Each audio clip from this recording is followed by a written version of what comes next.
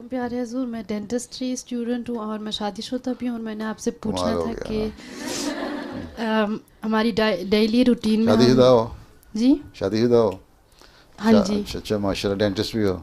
Dentist बन रही अच्छा, हूँ। मान रही हो। अच्छा, जी और अगर मैंने ज़्यादा मियाँ शोर में जाए तो दांत निकाल सकती हो। जी और मैंने आपसे पूछना था कि आपने फरमाया था कि हम कम से कम 1 घंटा दिन में एमटीए देखा करें, तो हम कैसे अपनी डेली रूटीन में एडजस्ट कर सकते हैं जबकि हम सुबह से अच्छा, शाम नहीं तक। ना के नहीं देख सकते तो हफ्ते में एक खुतबा ही मेरा कोर्स से सुन लिया करो। अच्छा हैं?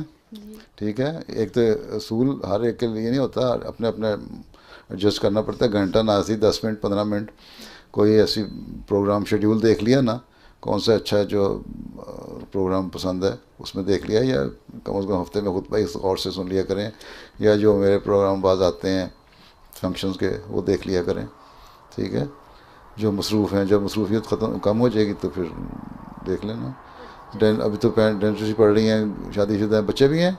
नहीं, यही मैंने अभी सवाल करना था कि आपने जलसे पे भी फरमाया था कि बच्चों को तरजीह देनी हाँ चाहिए, ठीक है। तो जब पढ़ाई मुकम्मल करके कब ख़त्म होनी है पढ़ाई?